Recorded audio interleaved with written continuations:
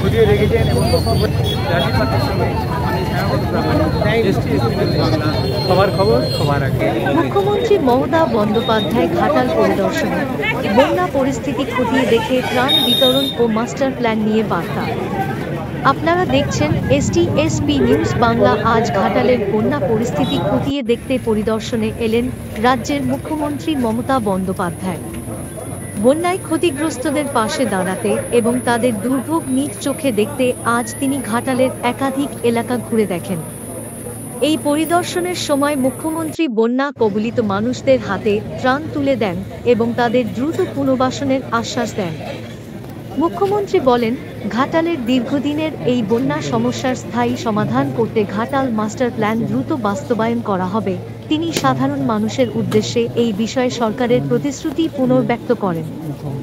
এই গুরুত্বপূর্ণ কর্মসূচিতে মুখ্যমন্ত্রীর সঙ্গে উপস্থিত ছিলেন রাজ্যের সেচ দপ্তরের মন্ত্রী মানসরঞ্জন ভূঁইয়া, মন্ত্রী শিউলি সাহা, সাংসদ দীপক অধিকারী, দেব অজিত মাইতি, ঘাটাল মহকুমা শাসক সুমন বিশ্বাস, বিডিও সমাজসেবী শঙ্কর দলুই এবং দিলীপ মাঝি সহ অন্যান্য বিশিষ্ট নেতৃবৃন্দ।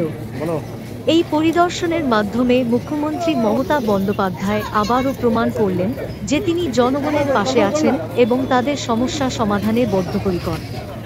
সরাসরি ঘাটাল থেকে এস প্রামাণিক আর পাত্রের রিপোর্ট। আমি রেশমি, STSP নিউজ বাংলা।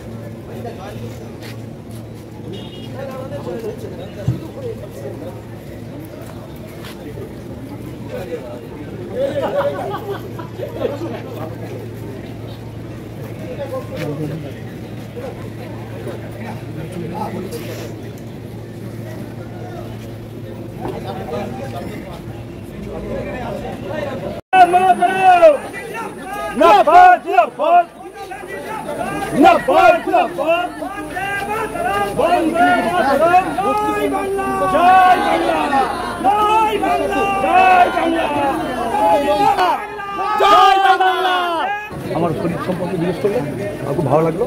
আর যেটা বলেছেন যে দিদি একদম একসাথে মন দিয়ে সবাই মিলে মাস্টার প্ল্যান কার্যকরী করার আর আমাদের মানুষের পাশে থাকার জন্য যেটা করা দরকার কর, আমি তো আছি পাশে। শঙ্করদা আর কি বলো, দিদি জিজ্ঞেস করলেন কেমন আছিস, আর এরকম মাস্টার প্ল্যান করতে হবে, তার জন্য যতটা কাটছাট করে যেভাবে করার দরকার সেটা করে যাতে মানুষ কষ্ট না পায়, অথচ মাস্টার প্ল্যান কার্যকরী করতে হবে। সেবারে পজিটিভ ভূমিকা নিয়ে সবাই মিলে একসাথে কাজ করে।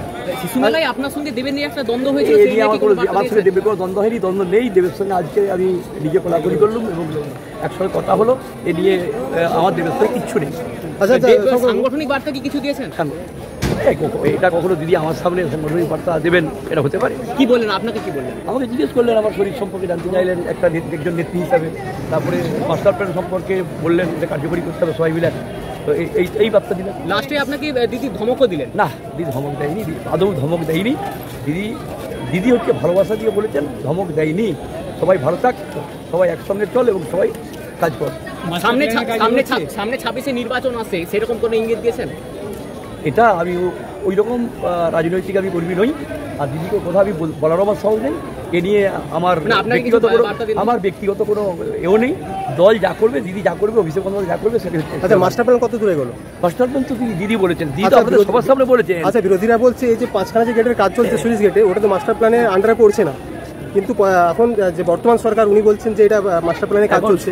সুইচ গেট হচ্ছে এটা কিসের স্বার্থে? এটাকে জলটাকে আটকানোর স্বার্থে। তো কেন এটা মাস্টার প্ল্যানের বাইরে থাকবে? ওটা তো আগে ছিল। আগের প্রয়োজনে মাস্টার প্ল্যানে আরও টাকা বাড়বে, কিন্তু একটা কাজ চলতে চলতে যদি মাস্টার প্ল্যান শুরু হয় তার আন্ডারে, তার অধীনে, তো সেটা আমরা একটা মাস্টার প্ল্যান অঙ্গ বলবো না, এটাকে অঙ্গই তো।